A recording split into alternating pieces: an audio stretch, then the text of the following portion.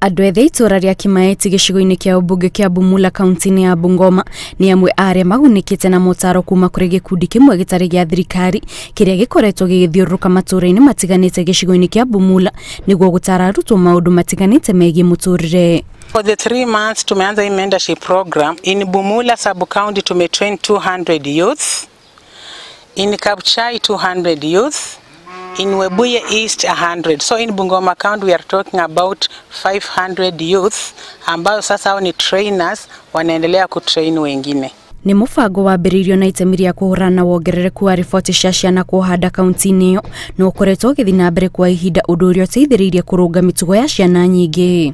Tunafurahia kuripoti kwamba tabia zao mingi zimebadilika ambayo pia imetranslate kubadilisha maisha kwa masomo yao, hawasumbui na inafanya pia stakeholders wanatusaidia kutupatia bursaries kusaidia zile needy cases. Saizi hakuna mashtaka sana watoto wamemisbehave, saizi wako sawa.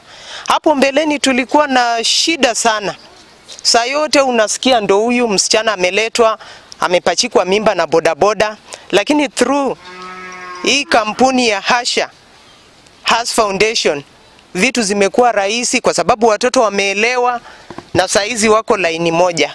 Mũbango ũyũ nĩ ũkumĩtio nĩ aciari arĩa maugĩte nĩ monete ngũrani mĩtũrĩre-inĩ ya ciana ciao na koguo mwĩhoko wao nĩ atĩ nĩ ũgũkorwo ũgĩthiĩ na mbere na makĩria rĩrĩa thukuru ihingĩtwo. Mungu aendelee kubariki Madam Ruth, aendelee kuleta kufanya hao wasichana wawe laini vile wako. Kweli kabisa naona saizi wamerekebika sana. Wakiangalia nyuma penye wazazi wao wametoka, si tuna struggle kutafuta school fees. Au pia inatakana wasome kwa bidii, sio kwenda kufanya mchezo kule shuleni.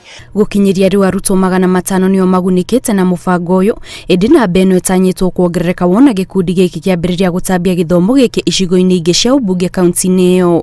Ngĩribotera Inooro TV, njĩtagwo Kate Muthoni.